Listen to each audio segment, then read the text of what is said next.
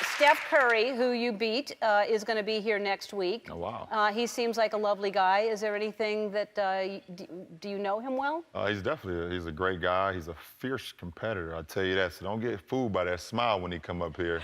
If any of y'all play basketball or golf, he's gonna try to take it from you. So don't get fooled. For me, I think the best thing for me is that we're two of the most talked about athletes in the world, and we were both born in Akron, Ohio. So that means a lot to me. All right, we're going to take a break, and we'll be back with LeBron after this. So it's a new game show, and it's on NBC, and you are producing it. Yes. And so explain to everyone how you came to this. Well, it was brought to my attention, you know, the show concept, and I think if everybody remember the game Palinko, where the ball just starts at the top, and you kind of just watch it go, and you like, oh, please land it up, and it lands in either a great spot or a bad spot. But for this particular game, a lot of money, a lot of life-changing things is on the line. And it gives normal people the opportunity to change their life in one game show, just one night. So Yeah. I'm extremely excited. We're gonna launch it and premiere it in January. It's gonna be unbelievable. Yeah, it's good. It's really good. So, so you're producing that. I know you're here on the lot, and you're producing a lot of different things. And you were in Trainwreck. You did some good acting in Trainwreck. Yeah, so, thank you. is that? Are you going to do that more? Yeah, absolutely. I would love to, you know, do a couple more movies, do some TV shows, but I have fun. I mean, Amy Schumer is unbelievable. Bill Hader, Judd Apatow, the great director. I had an unbelievable time on that set, and you know, it turned out pretty good, as everyone is telling me. Yeah, so. yeah, you should do it again for sure.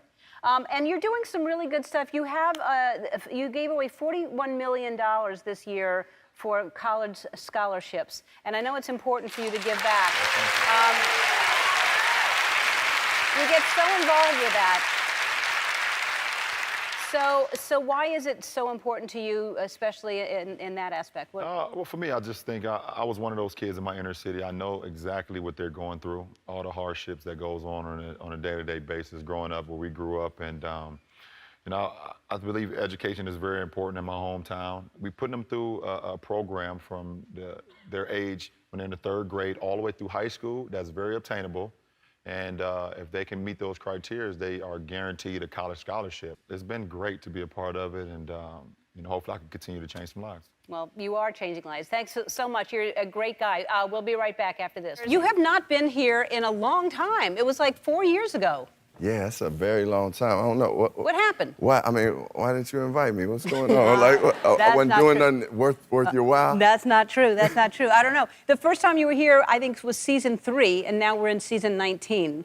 And do you remember being here in season 3? Yeah, that was, I mean, to be on the Ellen Show was like a monumental moment for me. So I do remember being here. It's like I was always wearing those hats. I didn't have enough confidence to show my bald head yet, so now I'm there. Yeah, you look good. Thank you for having me. This is amazing. Like season 3 to season 19. Yeah. It's a blessing. Yeah, thank you. Thank you for being here.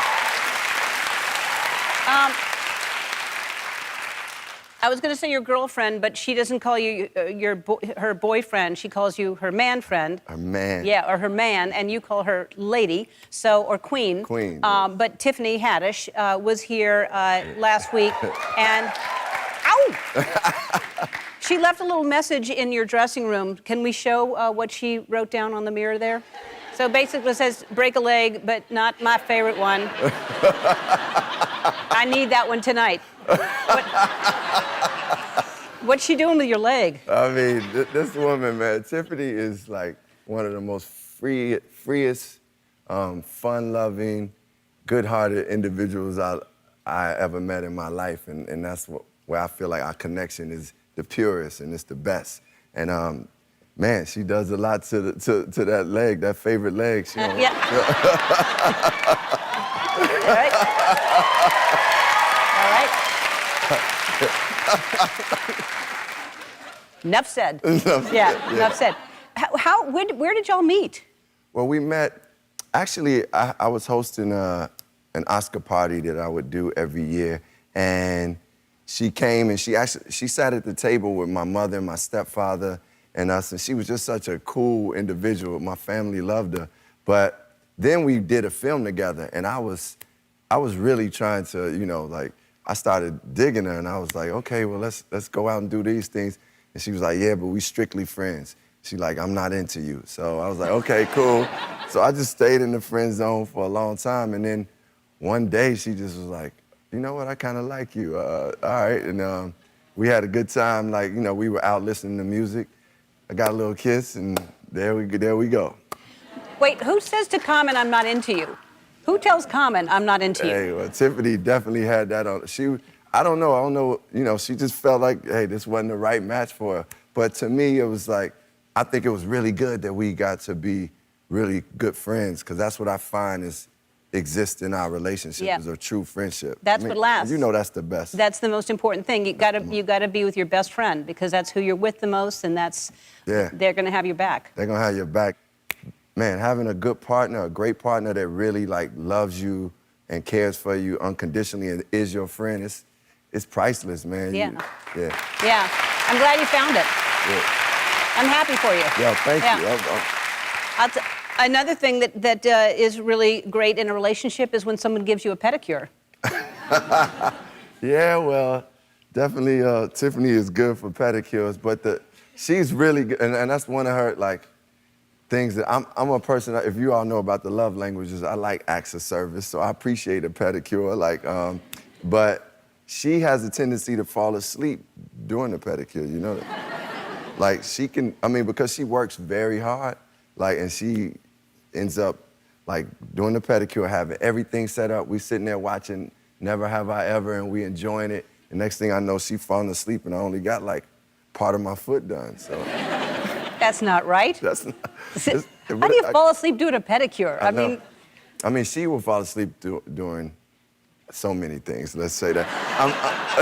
Not the favorite leg thing, but other aspects. Like she'll be like, "Come on, let's watch a movie. Let's do this." Yeah. It could be 5 minutes into the movie, and this woman is over there snoring, and I'm like, "Damn, I can't even hear the dialogue over your snoring." Yeah. Wow. We're back with Common. Let's talk about the new album, Revolution 2, Part 2, right? Yeah, it's a beautiful revolution, and that title really came about because I was really thinking about how we could find beauty during these times, like, you know, because some people, when they hear the word revolution, you think automatically revolt against the system, but I was really thinking about finding like change within ourselves, change, the change that comes about where you start loving yourself more, start dealing with like issues that we may have, just bringing joy to life, you know, like that type of revolution. And I really felt this is necessary because we as a humanity been dealing with a lot. And I really wanted to put energy out in the world that was joyful, that was inspiring, that's hopeful, that's honest and pure and divine. And I felt like that's what a beautiful revolution musically and artistically is. And it is. So after, you've been in the business 30 years, is that right? Yeah. 30 years. And do you ever have a moment that you still are like, oh my God, this is happening right now? Yeah, I mean, definitely. I'm almost at 30 years, but I'm really grateful for that first and foremost. But I've had, I just recently performed at President Obama's 60th birthday party, and it was at Martha's Vineyard. But just being able to like sit up there and freestyle for Mr. Obama, for President Obama, and like seeing Steven Spielberg in the audience, and Dwayne Wade, and Gabrielle Union, and Lin-Manuel Miranda, and then Tom Hanks just comes up to me after and was like, we both leaving the bathroom, and he was like, hey, you was killing it up there, and I was like, this is Tom Hanks telling me I'm killing it up there, yo. So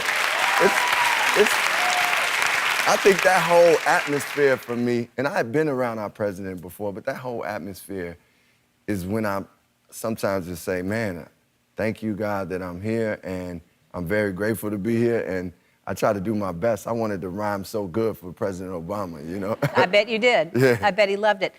Hey, I know that you have an Emmy, a Grammy, and an Oscar, but you don't have a Tony to get an EGOT. You're missing a Tony, right? Yes. So we wanted to give you today, this is Tony Bennett, so you have... Oh, thank you. All right. I finally got it. I got it.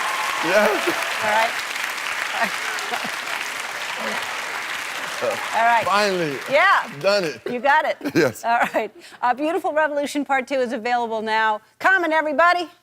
I love this next story so much. After learning his students couldn't afford haircuts, a kindergarten teacher in D.C. was inspired to treat his school to a day of pampering. His videos from that day have received millions of views. Take a look. Oh, girl, let me see. Oh, dirty. Yes, indeed. Oh, that's a good color. Let me see that. Yes, sir. I love to see it. Let me see them nails there. You had to bring the lip gloss. Oh.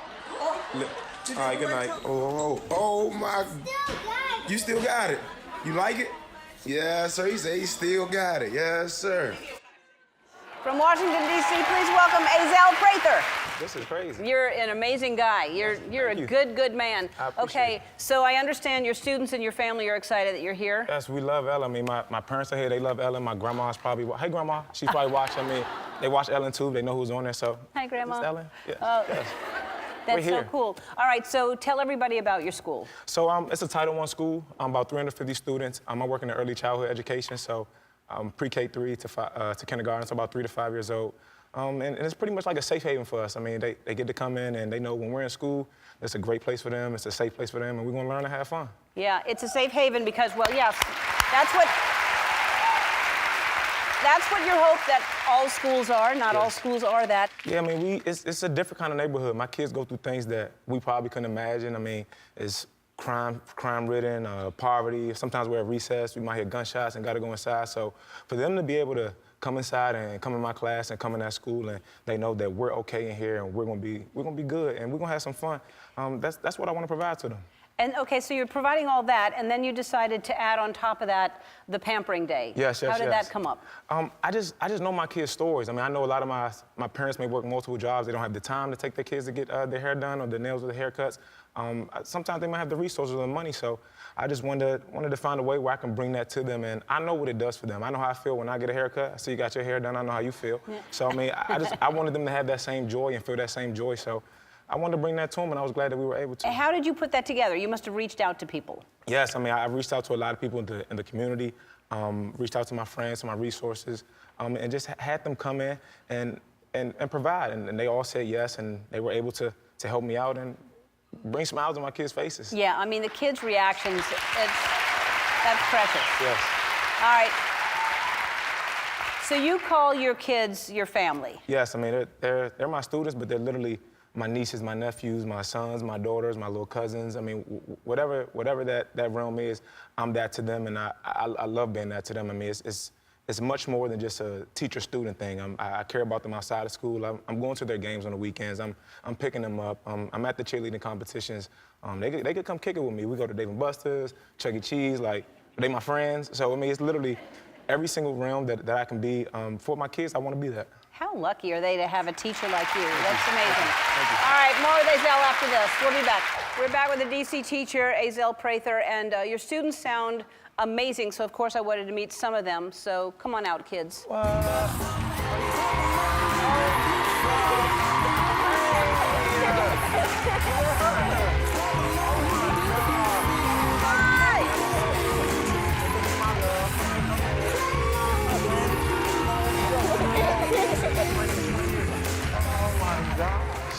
That's crazy. Hello there.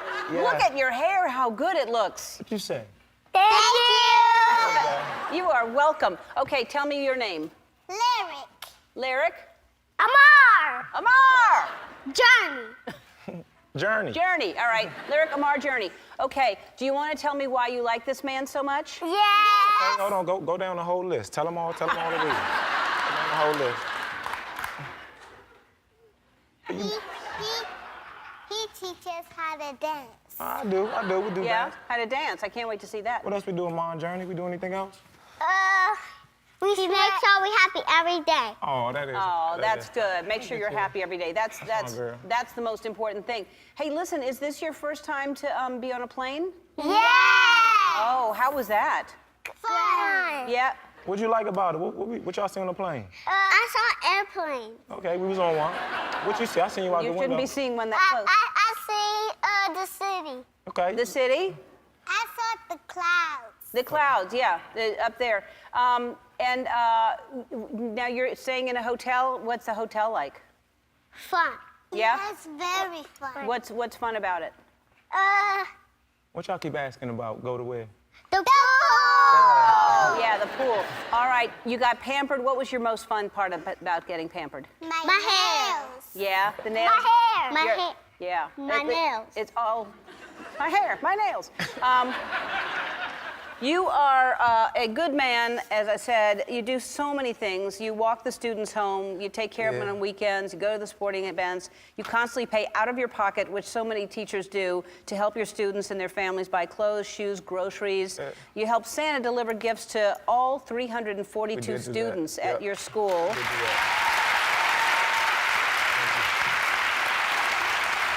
And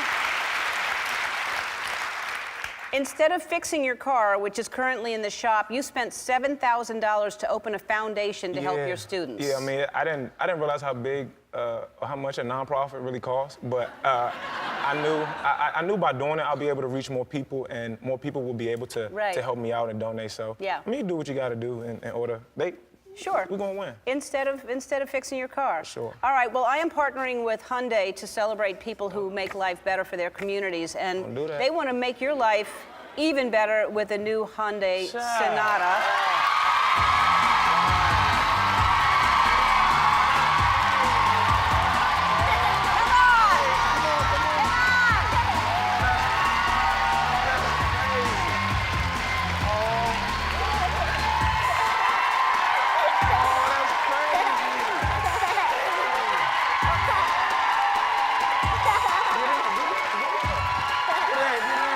Where we going?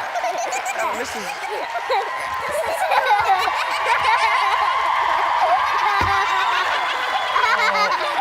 This is nice. This is nice. Yep. I like this. I like this too. Oh my gosh. Sonata is sleek and stylish, and it can park itself with a touch of a button. And we also want to help your students. So I want you to see. Look at the trunk. There's so much space That's crazy. back here. That's crazy. Come on. Nah. We want to give your foundation $20,000. Oh my god. Oh my gosh. Ella, is this for real? This for real. Are you for real? Are Thank you for so real? much. This is crazy. All right, we'll be right back. I am so glad. This is our 4th season. This is your first time on the show. It is my first time. I have wanted you on the show. Before I even had a show, I thought if I ever have a show, I want Beyoncé on the show. Oh, thank you. What's taking you so long?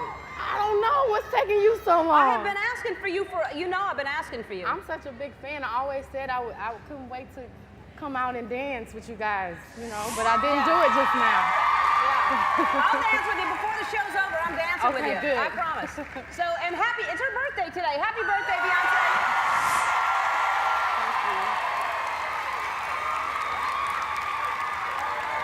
Now, this is special enough, I think, to be in the park. It's a special thing for you to have a birthday like this, to have this big a celebration. But we have a big surprise that is going to freak your freak a little later. I promise you that. Okay. Big one. And you can cross it off. Not that it's on your life list. We've been talking about this a lot. We started talking about it yesterday. Justin talked about his life list. Yes. He wants to start learning a different language. He wants to be better at golf. What is on your life list? I have many things. I want to learn Arabic. Arabic? That seems very hard. It is very hard. I tried. Do you know any words at all? Not at all, no. I want to learn how to cook, Cook? definitely. When do you have time to cook? I don't. That's why I can't cook. Uh-huh. I'm terrible. I want to learn how to skydive. Really? You want to jump out of a plane? I do, yes. I used to want to do that, and now Yeah. I've kind of gotten over that. Really? You may get over it. Yeah, maybe. Yeah. I want to also learn how to do Point? ballet dance. You just go like that. Look, just follow me. Point. Okay. What do you mean? You want to do ballet like stand on your toes? Yes, I tried. I actually really? went to have lessons at Alvin Ailey, and I'm thinking, I dance, I'll be able to hang. So I didn't tell anybody it was me. I went and got my tights. I walked in, and I was completely embarrassed. I was horrible. Really? Terrible. I would think that you took dancing. Did you take dance at all? I did, but it's I'm too old to learn how to, you have to start that when Yeah. you're like 5 years old. And that's very, very hard to stand on your toes like that. You have to get calluses. It's really hard. Yeah, so now you don't want to do it? That was enough? Well, I still would like to. Yeah. I know a little ballet. I can pliche. But, You can push. yeah. Okay. Yeah, I mean, that's all I can do really is Can the you cliche. show me the cliche? Not right now. No? Okay. No.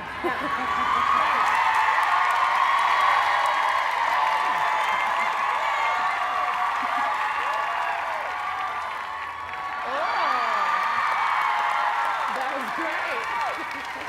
I don't even know if that's it. All right, so again, I talked to Justin about this yesterday. I have very little time, so I need to know ahead of time, should I get a bridesmaid dress ready for your wedding with Jay-Z? Are you marrying Jay-Z? I'm not engaged. You're not engaged? I'm not. It's a big fat rumor. It is, but do you think it's a possibility that you will be engaged? One day I hope to be married, you know, eventually with children. I grew up with both of my parents and my sister, a big family. It's important to me, so I'd love to have a family. Yeah, and so when will you and Jay-Z get married then? I don't know. Y'all seem like a great couple. Thank you. And he is sweet as can be, isn't he? He is very sweet, very smart. I met him very smart. Yes. He came up to me outside of a sushi restaurant years ago, and I couldn't believe I was seeing Jay-Z, and he walked up to me and said he was a big fan, and I just thought, I didn't even think he'd know who I was. He is a big fan. He's a very cool guy. I Yeah. like him a lot. Now, describe it for people who don't know what he's like, because he seems, you know, kind of tough and everything, but he's a sweetheart, isn't he? He is very sweet, and you know, he's a businessman. He's very intelligent, very talented, very gifted. And so, is he influencing? I don't know if this is right, but I read that you're 25 today. Yes. You want to retire at 30? Well, I don't want to retire at 30, but I want to be able to relax and take it a lot slower than I work really hard now. Yeah. I want to be a lot more picky and just kind of chill out and calm down when I'm 30. Yeah, well, I think we're going to be disappointed in that. I don't think we want you to slow down. No, I still want to make albums and do movies, but just at a slower pace. Yeah. Yeah. So that's a great goal. I think all of us should put that on a life list to slow down at 30. All right, we have to take a break, and we have a big surprise. I believe it's coming up maybe next. I don't know. Yeah. We'll be right back with Beyoncé. We're back with Beyoncé. I'm going to wait one more. I'm talking to you this segment, and then there's a commercial. I'm waiting one more segment for the surprise I decided. Yeah? I'm drawing it out. Oh, God. I really am. It's going to freak your freak, though. All right, so not only, we're talking about how busy you are, not only do you have this new CD out, you have Dreamgirls. The movie is getting so much buzz already. Yes, I had the best time doing that movie. I bet. It's changed my whole life. Yeah? It was the best Why is that? experience. I learned so much about, you know, it's exciting when I do music, but it's a whole new excitement when I do movies because I'm like a kid all over again, and I'm just as anxious to learn and as excited as I was when I first started this. So it just, you know, made me appreciate music even more, and I fell in love with something new, and I, for the first time, got a chance to show my chops as an actor, which was really exciting. Well, I'm hearing great things about it, so I Thank can't you. wait for that to come out. And you lost 20 pounds to do that role? I did. And what did you do to lose the 20 pounds? Well, I did for 2 weeks a fast. You did. I heard you did the Master Cleanse. I did the Master Cleanse. I don't know if anybody knows what that is. I did the Master Cleanse also. Oh, I did it for no. 10 days. So you know my pain. Well, I didn't think it was Master Cleanse it's not, we shouldn't call it a diet. It's not really a diet. No. You do lose weight, but it's a cleanse. Yes. And it's you can go onto some website and find out what the Master Cleanse is, but you don't eat for 10 days. Yes, and I did it for 14 days. You did it for 14 Yeah. days. And you got in a bad mood, you said? Yeah, I was very hungry, therefore I was evil. Yeah. Well, everybody told me, you know, for the first 3 or 4 days you're cranky and then you're not hungry anymore. And I never for one day was not hungry. I was hungry the entire 10 days. Me too. And everyone around me, they were eating Krispy Kremes every day. So when we wrapped the movie, I was so excited. That's the first thing I did. I ate a whole dozen of Krispy Kreme donuts. It did defeat the purpose, but it was fun. You know what's good is when you add vodka to it. Oh, I like yeah, I it. didn't try that. Next time. So this album, B-Day, is this is amazing. How did you get away with, you recorded this secretly. How did you do that? Well, when I wrote Independent Woman and Survivor, all the big Destiny's Child records a couple years ago, it was when I was a new songwriter, so no one expected anything from me.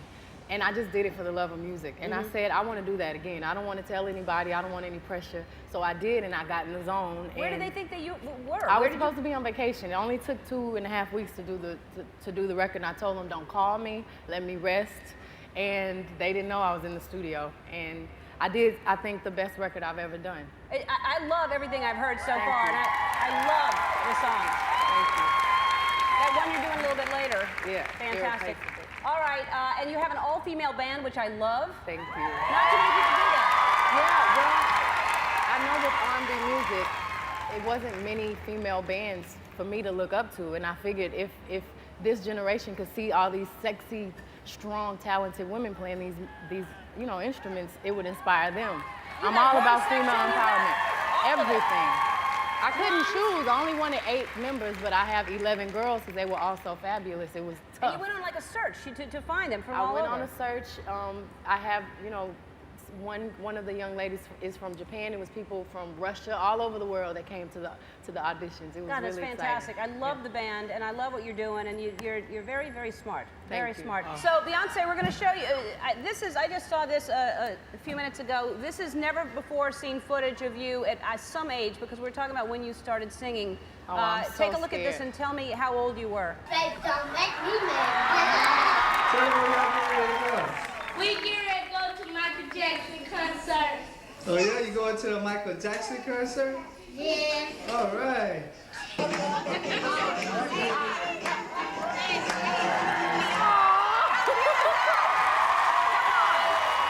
old were you there? I must have been about, 6 or 7 or 5 or something like that. So you started just all of a sudden that talent just came out of you, and your mother said, oh my God, you're going to be a big star? Well, I always loved to perform.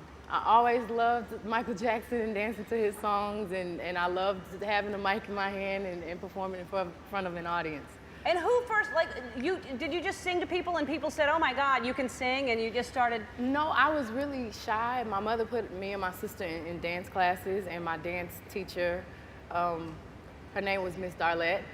She was like, baby, sing for me. I heard you over there singing to the track, sing for me. And I did, and she was like, you can really sing. And she told me to perform at a talent show, and I started performing. I fell in love with the stage. She told you to do it, and that you all of a sudden went, well, that lady said I could sing.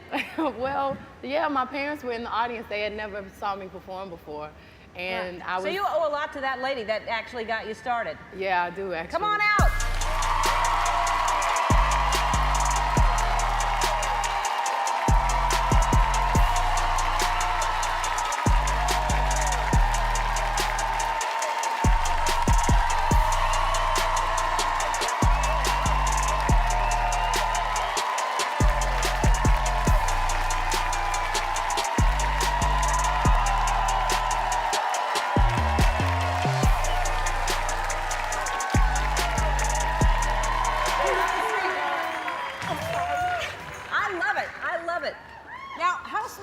To all of a sudden spot this. Had you ever seen had you ever seen anything like that? I mean, I just see that video and I knew from little bitty she would be a star. I always told her. I knew it. Pretty smart lady. Pretty smart lady. I mean, you must be following this going, I said it. But she worked very hard. Yeah. Well, that's why she's going to retire at 30. She's tired. Yeah, no, this is pretty exciting. Yes, it is. Yeah. I can't believe she's here. She's here. And now, so you discovered her how? What were you doing? Well, she was at the studio, and she was the last one, and our parents always come together to pick her up, and I was just kind of sweeping around, and I was singing, and of course, I can't sing.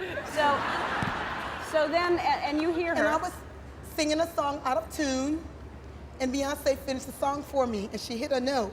And I said, sing it again. And now, remind you, she was a very shy girl. And how old was this? She was about maybe 6 or 7. And she sung it, and when her parents came to pick her up, I said, she can sing, do you know she can sing? I'm like, yeah, she sings around the house. I said, no, she can sing. She really can sing. And they convinced me to let me put her in some singing competitions and dance competitions. And it's been history since. Yeah, well, it certainly has. I mean, have you heard anybody? Now do you kind of look for people to, are you trying to spot somebody now? I'm trying so hard. Yeah. And then you sign them and manage them. That's what you should do. Yeah, you should be. Well, now, what But should... there's only one Beyoncé. There's a, well, yeah, that's the truth. She's a triple threat, as they say. So what should, I'm sure a lot of parents go, my kid sings, but you know, what do you think was special about her that you said, well, no, but she sings? Now, remind you, when her parents enrolled her, they enrolled her for dance classes. Had nothing to do with singing. She was out of a dance studio. Right. But I knew from when I heard that child sing, and then when I saw her on stage for the first time, I knew it, without a doubt, she was gonna be a star.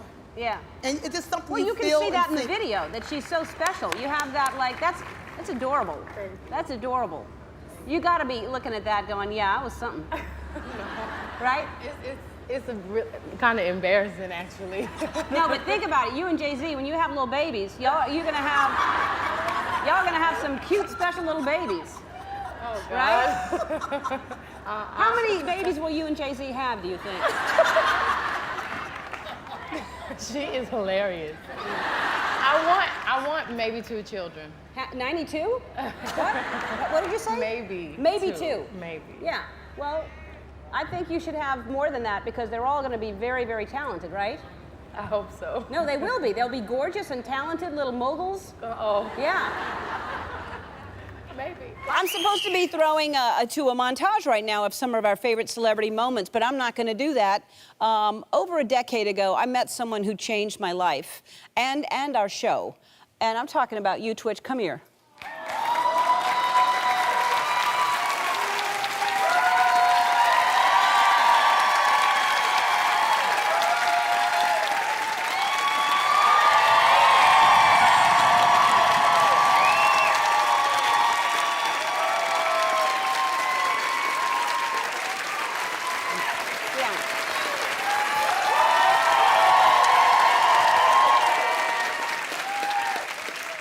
It's gonna get you. So, I love you so much, and it's been an emotional week, and it's just a coincidence that your mom's here. Like we were gonna do this, and then you told me your mom's here and your best friend's here, and so I just want to say this show is. Just what happened just now before we came back from break. We do those little tiny moments when we're singing a song, and you always make me smile and laugh. Anyway, we put a little something together just to say how much we all love you here. What is something you would like to say to Twitch? Like, what has he meant to you?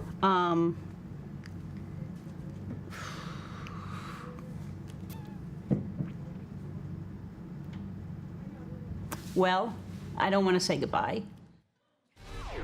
From the Warner Brothers Studios, here she is now, Ellen DeGeneres. Did you have a good summer?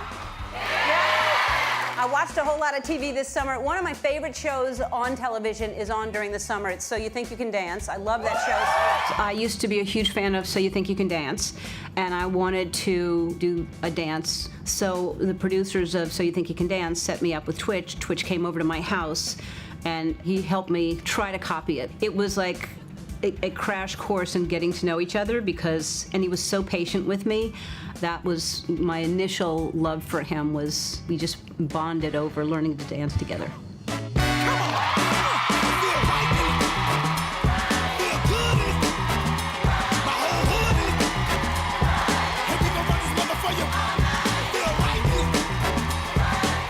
I would like to introduce you today to our guest DJ. It's my favorite dancer, Twitch, everybody. Yeah, we gon' rock this mother for you.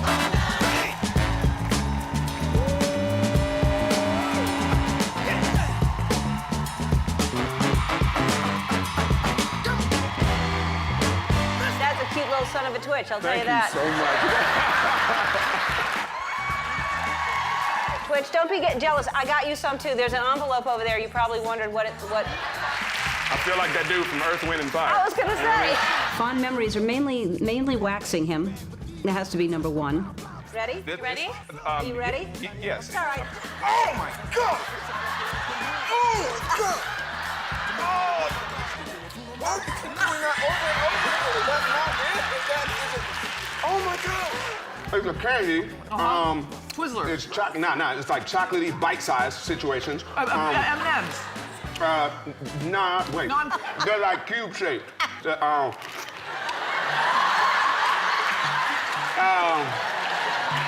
Dance with me under the diamonds.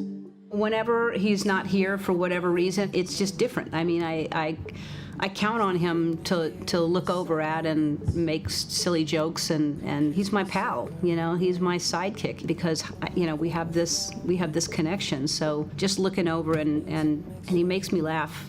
He really makes me laugh. I love you, Twitch. And you know how much we tell each other that every day. When we say goodbye after the show, we both say, love you. He says, love you much, and I say, love you. And so he's never going to be out of my life. He's always a part of my life, and that's it.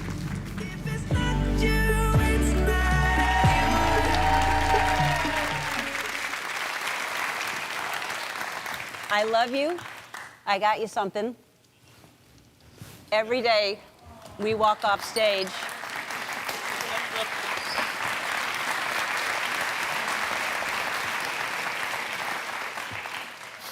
I love you like crazy. I'm sorry. I was not prepared. I love you, and also, I love the family that we've gained here.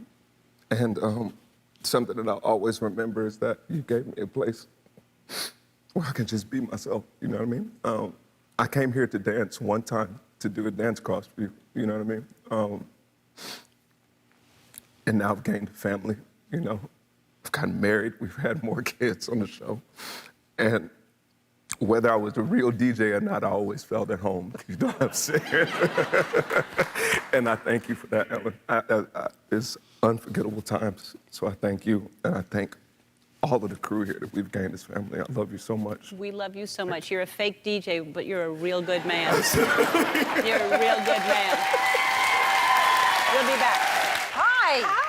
You look fantastic. I try to clean up for you. You clean up real good. I try. No, you're always cleaned up real good. The last time you were here, you were with the entire cast of Scandal a long time ago. Yeah. Yeah. And then you had a reunion the other day. We did. We got together at George's house. And we all came, everybody came dressed in regular clothes except for Tony and I.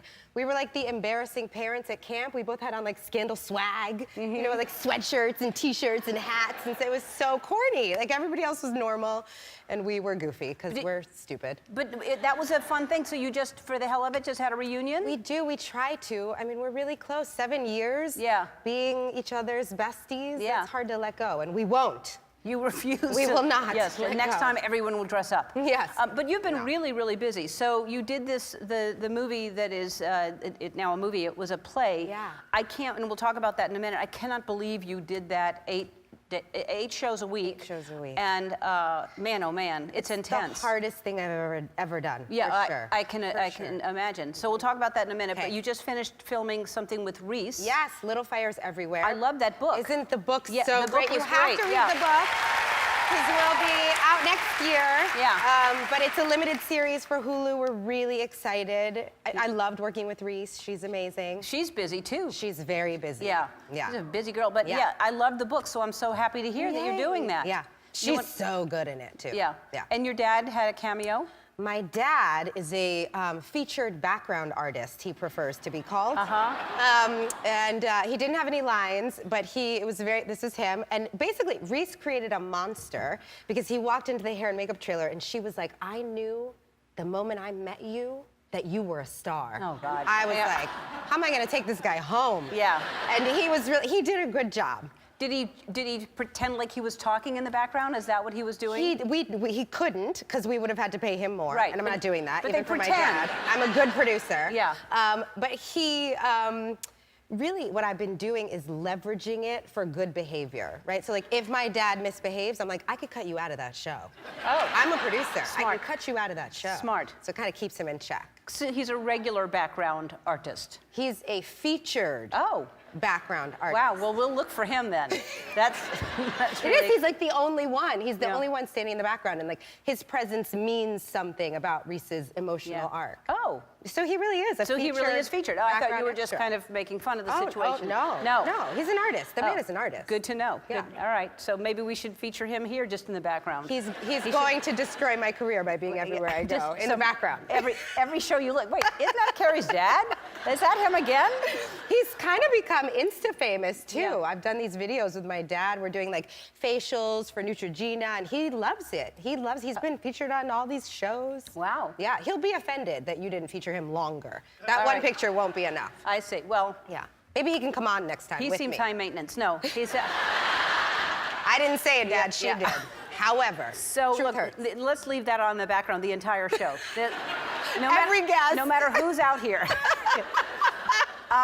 You did something that that is really important that a lot of people should be doing. You went door to door. You were in Virginia. I did this weekend. Because you were like, you got to get out and vote. Well, what happens is every time that people are feeling frustrated with politics, which is happening a lot lately, I get all these messages on text or in social media about like, Olivia Pope, fix this. Olivia Pope, you have to save the day. And at first it was really funny. And I felt kind of cool to be so famous. But I've started to realize that it means we have forgotten our power, right? That people think that a pretend character on television has more power than we do. And that's not what a democracy is. Like, we all have the power to change our communities by voting and volunteering and showing up and running for community boards and commissions. But instead, we want to believe in this one candidate or this one imaginary character. So I've just been trying to knock on doors and tell people, like, you are more important than Olivia Pope. Olivia Pope can't vote. Yeah. You can. Wow. Good for you for doing that. All right, let's talk about American Son. Yeah. This is the most intense, and I've just realized my dad is still up Yeah, there. yeah. He has to stay there. I don't want him to get mad at me. Okay, good. But American Son, explain what this is about.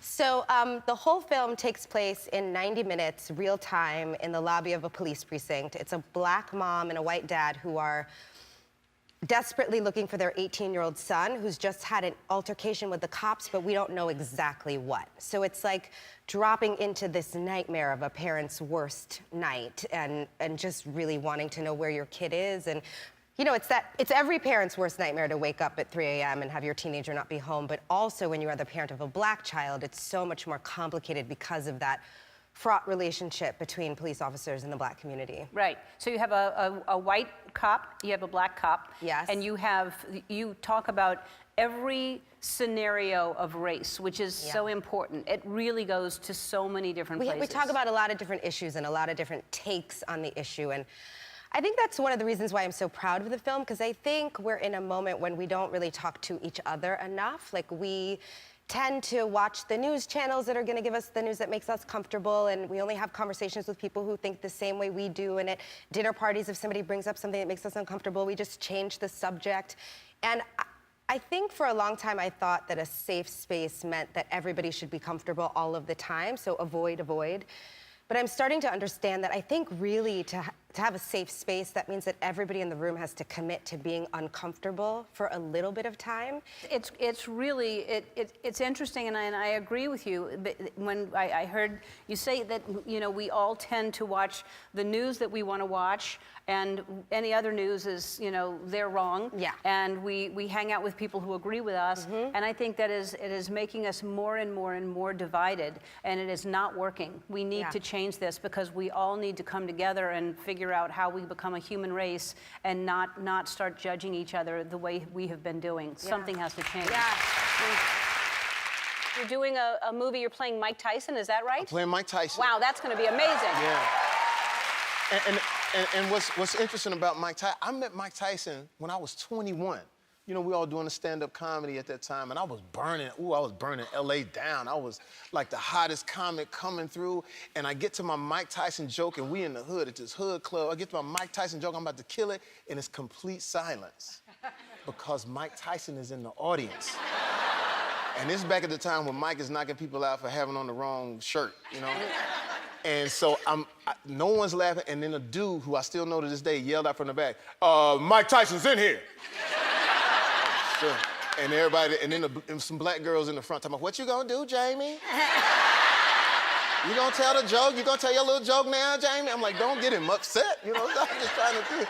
So then the dude said, Mike said, do the joke. And it better be funny. I'm like, oh, snap. So I do the joke. The joke was funny. I get a standing ovation. All of a sudden, Mike Tyson runs up to him. Hey, you're so funny. You're crazy. Come here. I want to hang out with you. You're crazy. I want to hang out with you. You're funny. Come on. And I started hanging out with Mike Tyson at a time where he was bigger than life. So I didn't know that I was preparing at that time by watching him. And I watched him all the way up. I watched the demise when he went through all of the bad things. And then I watched him when he got out of jail and came to Vegas. I was actually living in Vegas because I ran out of money. And when he fought in Vegas, it was 350,000 people in the city with no tickets and no place to stay. When I went, and women came to stay at my house because they wanted to see Mike Tyson. And he had this pool, like, it was corporate women, you know, like beautiful corporate. I said, what is it about Mike Tyson that you like so much? And she's getting ready. She said, Jamie, is it something about a man who ain't got no shirt on and no socks and he could beat up everybody in the world? And I was like, Rob. And when we went to the after party, it was at his house. And everybody was there. Stevie Wonder was there playing the piano. And he didn't like, what's the thong song guy? For some reason, he didn't like, get away from me, thong song. I was like, oh. I don't like that thong song. I was like, hey, man, you better stand over here. You don't get knocked out. And I watched the girl ask him to take a picture. Would you take a picture? And he said, get away from me. You don't want me to take a picture. You want to put me back in jail. And it really got serious. And everybody was like, whoa. Get away from me. You want to put me in jail? And the security guards were like, yo, Mike, hold on, Mike. And even Stevie Wonder was like, what is...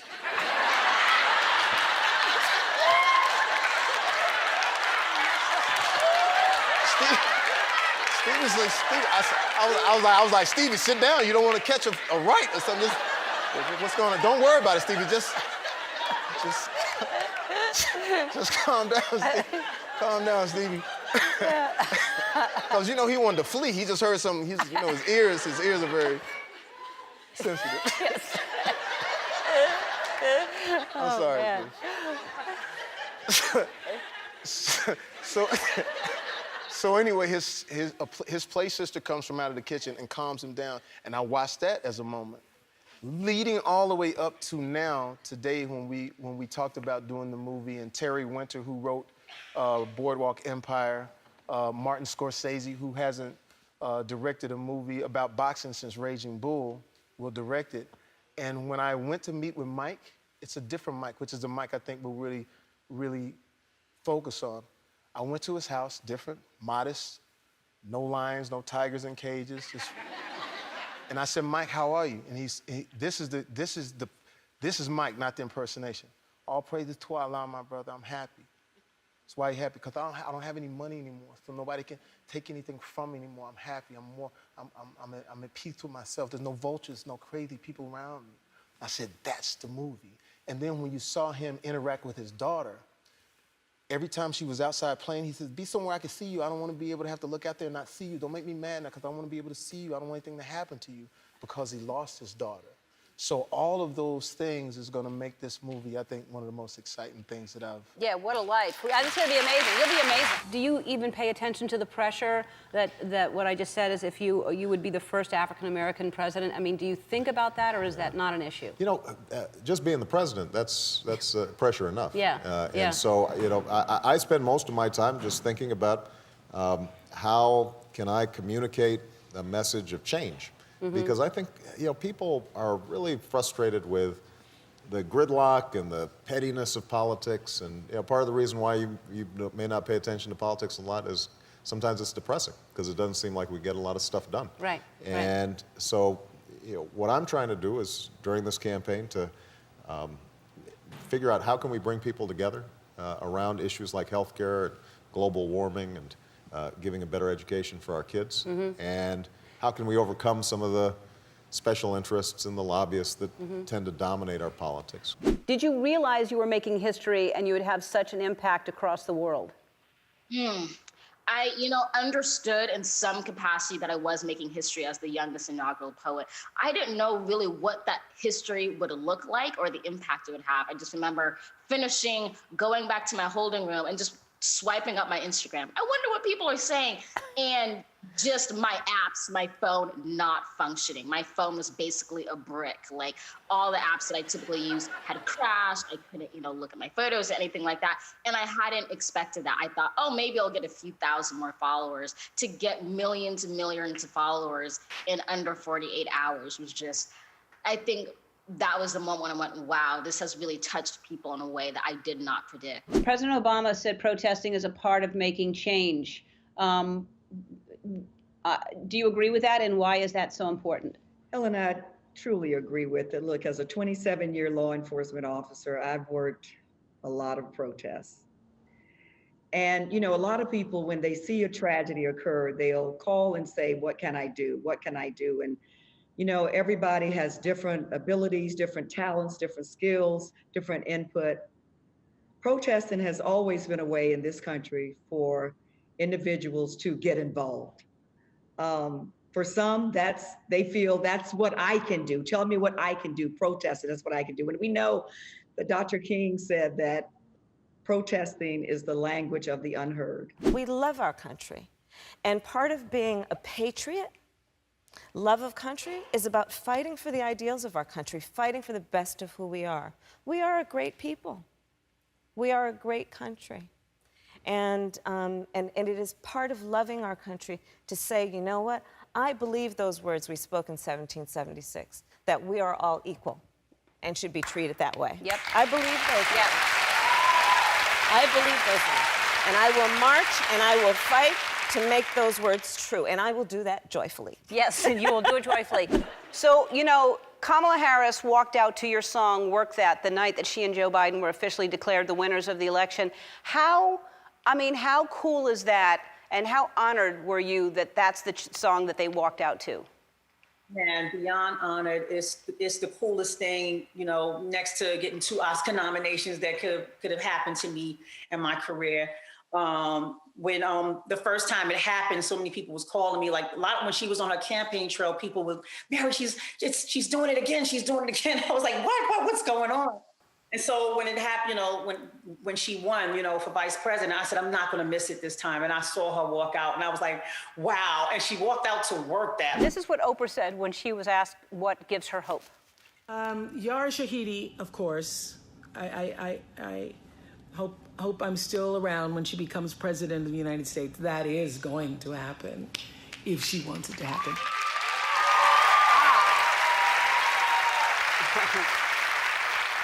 Is that something, would you go into politics? Would you want to be president? I want to be policy adjacent. So I think I don't want to be in the White House, but right next to it would be fun. Well, but no, we want you in. That we're saying we need you in. This is my thought, though.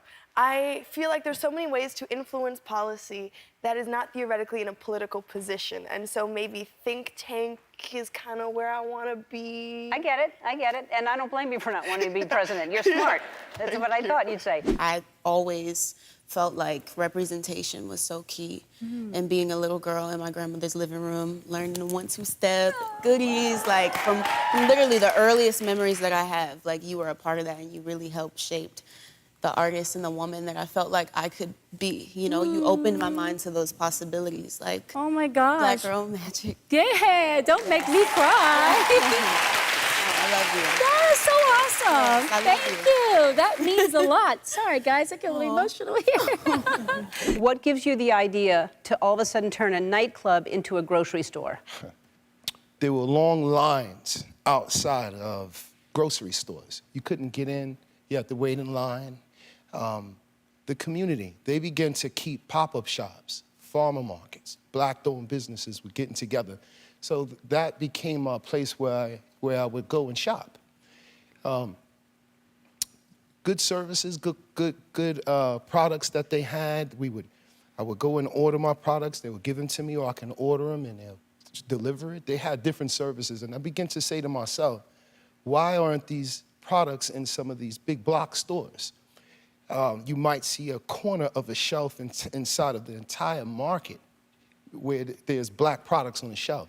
So I said to myself, what if I come up with a platform? What if I create a store and a platform for people who cannot get their products inside of these stores? What if I create it myself? You're playing a black male educator on TV. And for me, even coming up, I only had like a few, like very few, and I just think that representation is so important. And is that important to you as well? Oh, it's the reason why I became a part of the show. When Quinta, you know, she wrote the show, she stars in the show, she pitched it to me. That was one of the things she pitched, was the importance of validating the black male experience and rearing the next generation. It's, you know, we, in this Hollywood sphere, there's a lot of jobs that are like considered sexy and attractive, but teacher doesn't come up often. And it's like the most important job that one can take on and have. It's admirable work. Absolutely. And if we can, you know, contribute in that conversation, I think we can, you know, shape a better future for ourselves. Yes, I love it. I love it.